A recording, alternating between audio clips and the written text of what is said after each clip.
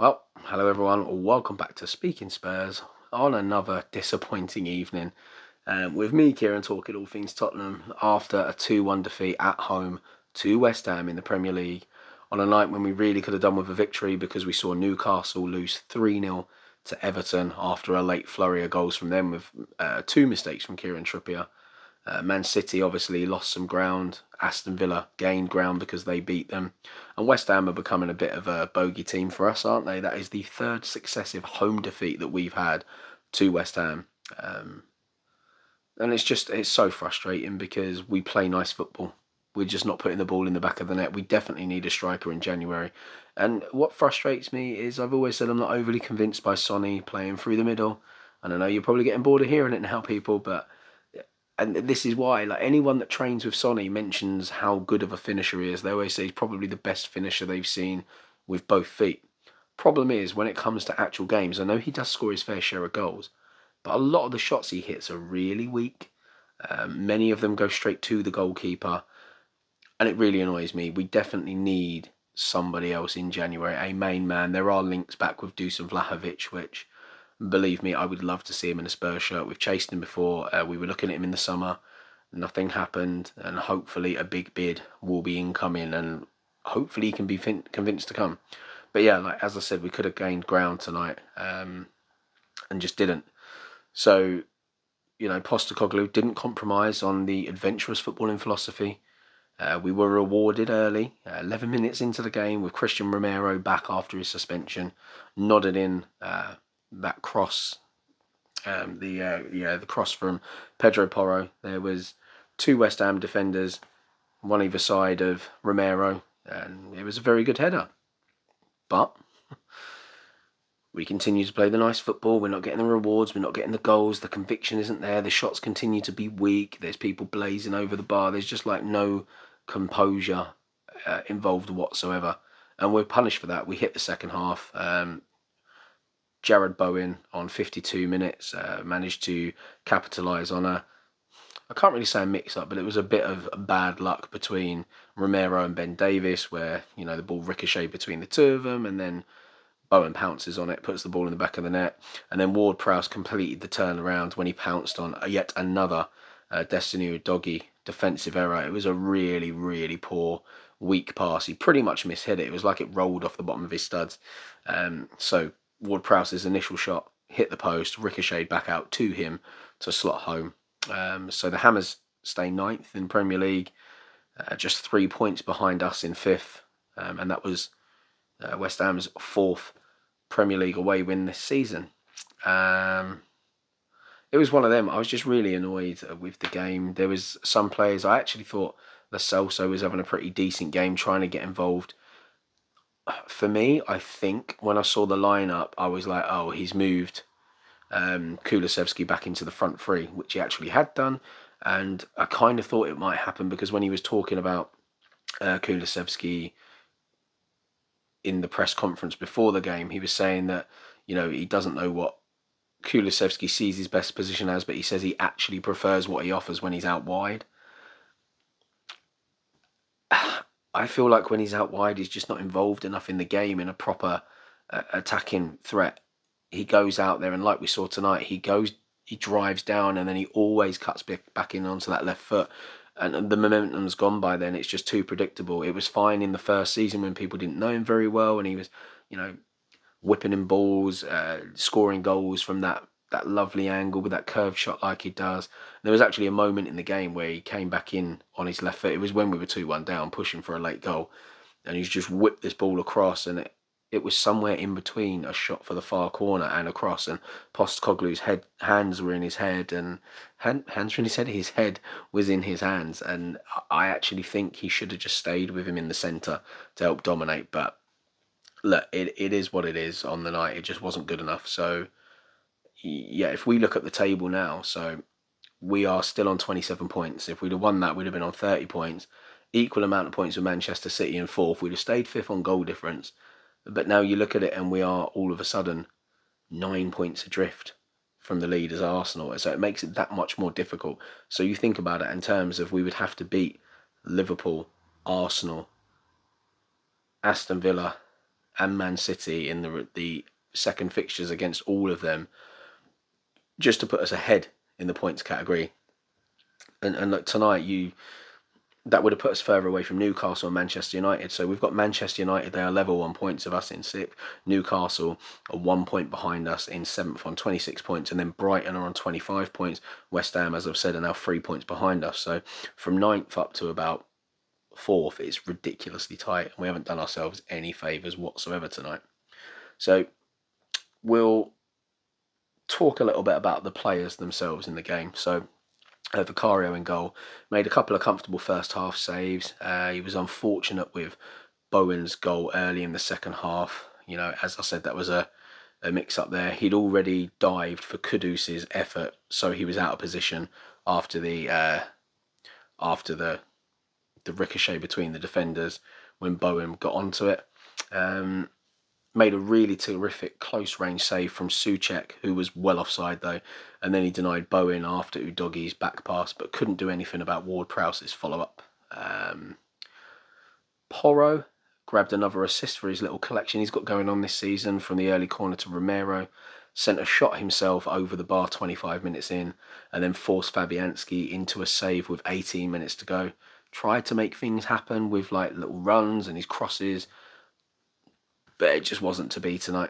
Romero, on his return, as I said, scored that goal with a great looping header into the far corner. And then he appeared to apologise to the fans with his celebration, after that 3-match ban.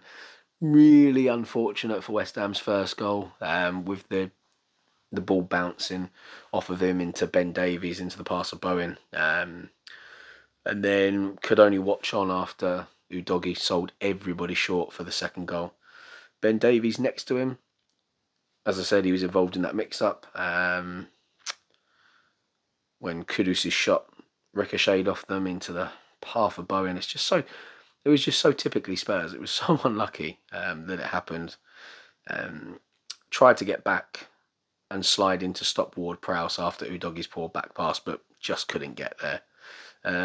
Then Udogie himself at left back, plenty of energy down the left, but they obviously, I said, made a complete mess of that back pass that led to the second goal. So no matter what he did in that game, it pretty much marred his whole performance, and it was a massive, massive moment and just turned everything into West Ham's favour. Højbjerg starting in midfield today. Started the game well enough, other than one air kick in the West Ham box, but he really, really struggled in the second half to make any kind of mark with his passing. It was a really poor passing display, and this is the thing with Højbjerg. He'll have some really, really solid games, and his passing will be all right, but this one, he was just well off the boil, and then he was taken off with just over 20 minutes to go. Basuma, for him, another disappointing night. It was better than it was at City. And what Ange Postecoglou has been saying about Basuma is that because he had the suspension for the 2 yellow cards, which gave him a 1-match ban, then he had his suspension for the accumulated yellow cards as well. It's just been a bit hit and miss for him. So he's still easing into things, the way Ange is saying it, but it wasn't convincing. I thought he was going to be well at it tonight after the poor display against City, but not to be. Lo Celso still maintaining his place there. Started pretty started pretty brightly, which makes complete sense because he's played really well in the last few games. 2 goals in 2 games for him. Forced Fabianski into a save with a half volley. Faded a bit in the second half, and he came off with Højbjerg in that second half. But I think it was one of them things where Højbjerg wasn't spraying the ball around well enough, so he was naturally having to come, when he wanted the ball, he was having to come a little bit deeper than he would have liked. So I think he probably had to do more of what he wanted to do from further back rather than being the attacking link. So that was what? 1, 2, that was the 3 midfielders. Then moving into the front 3, Kulusevski moving back forward. As we see from him, loads of running around, hustling and bustling, but like the rest of the front 3, very little at the end of it. And some of that is just down to the fact that, the balls weren't passed into them. And I do think really we should have just kept Kulusevski in the middle. I think he was great there. Richarlison obviously wasn't ready for another start. He was probably trying to protect Brian Hill after a couple of wobbly games, but I just think I'd have stuck with it. I'd have allowed Brian Hill to start on the left again, Johnson on the right, Sonny through the middle, and then bring Richarlison on. As he did. Sonny through the middle, very little service for him, so it was a very frustrating night. Seemed to be limping slightly when he came off late in the game. We'll talk a bit more about that because there was a tiny update, but nothing clear. Brennan Johnson got in some really good positions in the first half, but finishing was weak, really weak. He took quite a few shots in this game that just had no power whatsoever, no conviction, and Ange does talk about the lack of conviction from our front players, just like Sonny. Too many weak shots. Struggled to make an impact in the second half and came off with just under 10 minutes to go. So, moving on to the subs. Richarlison, he sent a header inches wide soon after coming on. Didn't really touch the ball much after that because West Ham were back in the game and dominating. Oliver Skipp tried to up the tempo, but once again didn't make much of a difference. It's just a frustrating season for him. He's not going to be able to get into any rhythm because he's just not playing enough football. Pat Matassar, back from his injury, brought on to push us up. But other than that, useless shot over the bar, didn't really offer much, and I think it's very much that he's just coming back, so it's going to take a while. The tempo of the game is probably too much for him to come straight into. Brian Hill darted around a bit, a couple of nice little turns out wide, but wasn't able to really help us. The game was kind of in West Ham's favour by that point. And then Valise actually came on to replace Sonny for the final moments and didn't really have much to work with at all. So not too much to talk about on his front. So, what did Ange have to say? We were talking about the first half being good, but the second poor. He said, no, I don't think so. I think it's another game where we've dominated a game of football and haven't turned our dominance into something more tangible and kept the opposition in the game. I thought we were really poor in both boxes tonight, both with our finishing, and both goals were terrible to concede, which, yes, they were. We had some unbelievable chances. For us, it's another game like the Villa game and other games earlier this year. And I said during the week, our attacking play has a long way to go. In general, we have a long way to go, and tonight was just more evidence of that. Is it frustrating after being so good in the first half? He said, us being good means being 3-0 up. This isn't about playing good football. It's about us winning games of football. That's what I said from the start. I set teams up to win games, and 1-0 at half-time was not a good performance from us. A good performance would have been 3-0 or 4-0 up, as was the case against Villa. And when you don't and give up goals you shouldn't like today, then you get what you deserve. And he's completely right. We just need to take our chances, because this is now the fourth game in a row where we've gone ahead and then given up goals afterwards. Like against City, luckily we didn't lose, but it's becoming the opposite of Conte ball. Obviously, we're playing a lot better in terms of our linking up, passing, the tempo. It's a lot better, but we're now scoring at the beginning of the game and finishing poorly. Whereas under Conte, we would start poorly and finish strong. So someone said, why does the team keep giving leads away? Is it fatigue with all the players out? To which he replied, like I said, it's just not having that conviction in front of goal to finish teams off. As simple as that. If we weren't creating chances, if we were out on feet, then those kind of things you would factor into it. But I don't see that, because all our chances, especially in the first half, have nothing to do with fatigue. It's to do with lacking conviction. At the moment, we're just not going through this spell where we're playing so-called good football, but I don't see that.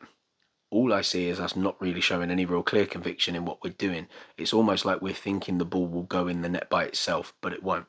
You need to have that determination to do that, and you need to have that determination to keep the ball out of your net at the other end. He was asked if Sonny's okay. He said, I don't know, I'm not sure. So that means they need somebody to have a good old look at him before he can answer that question. The players looked annoyed with the referee at the end. What was that about? He said, I don't know. I don't think it was because of the ref that we lost today. I can only think maybe they were frustrated at the referee because of a couple of VAR decisions that were looked at. One of them, Kurt Zuma in the wall, jumped up, and it was deemed to have come off his shoulder. I think looking at it, yes, it did come off his shoulder. Had it have come off his arm, I think they would have given a penalty, because when he jumped in the air, this, as far as I'm aware, is not a natural movement. If both had gone up, you can understand, but it was just the one.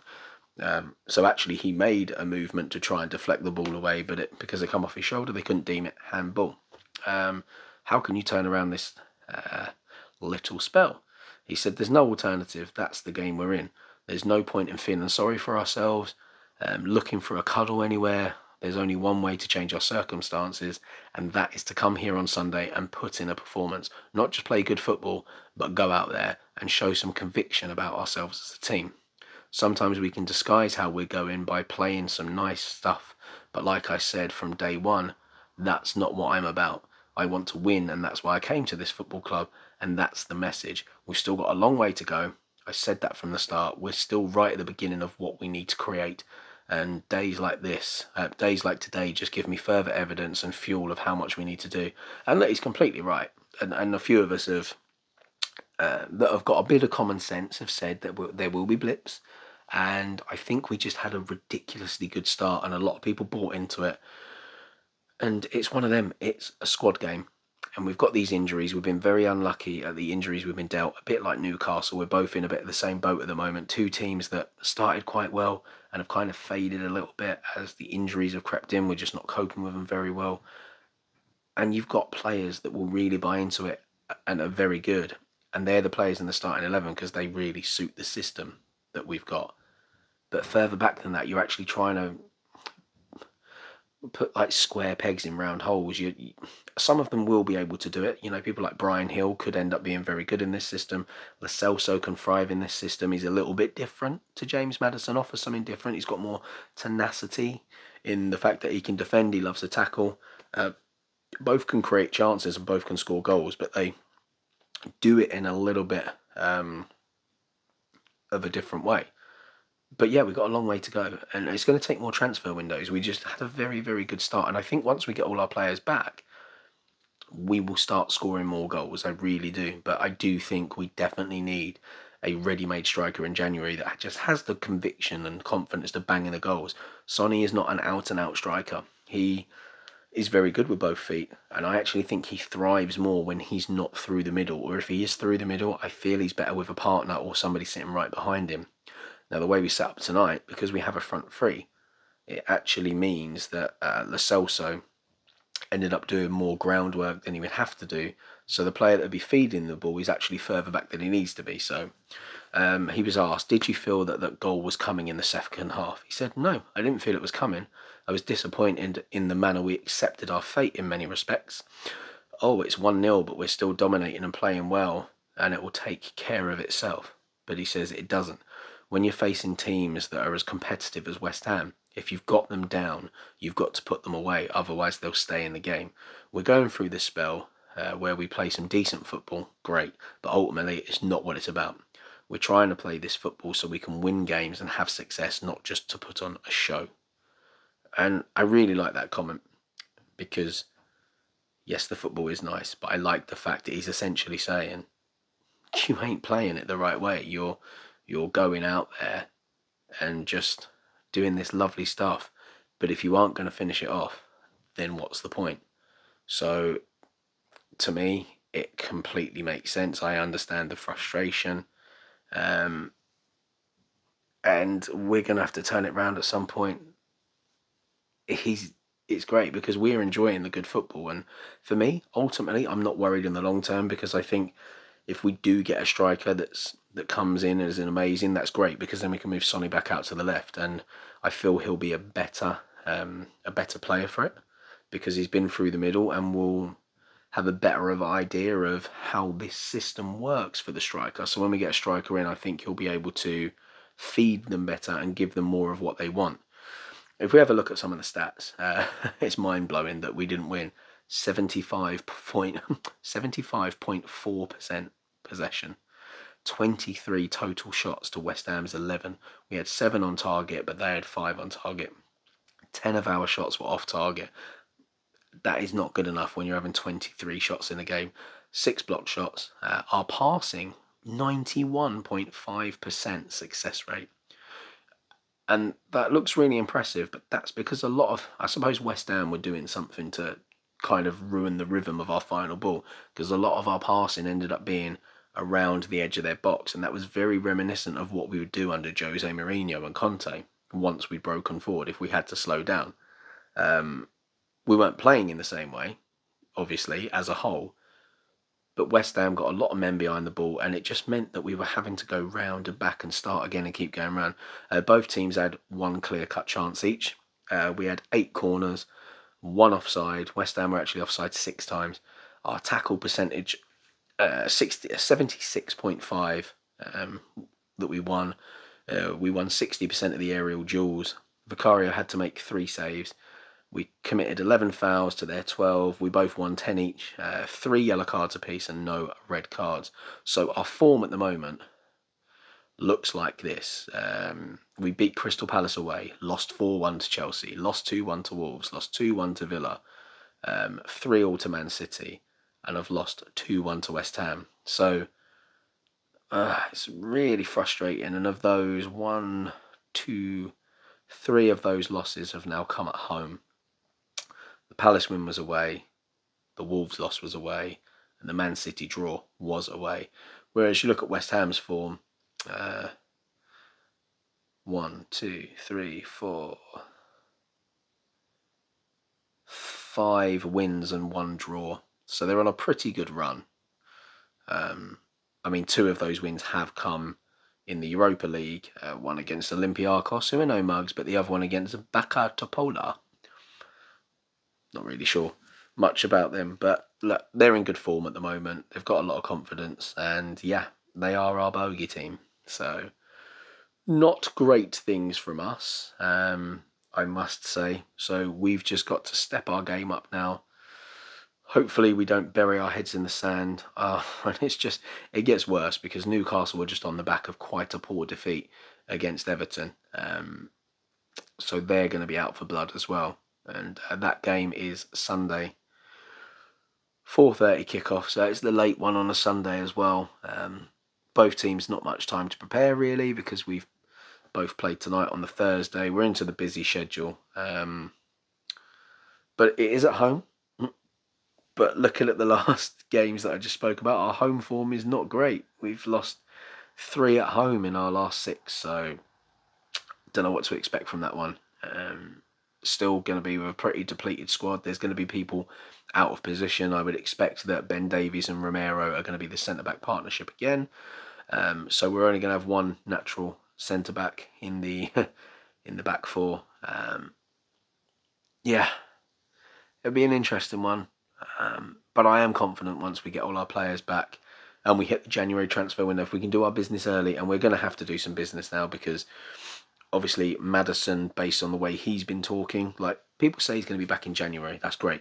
But that doesn't mean he's going to be playing in January. That means he's going to be back working in January. So training, but he's got to get fit. He's got to get sharp.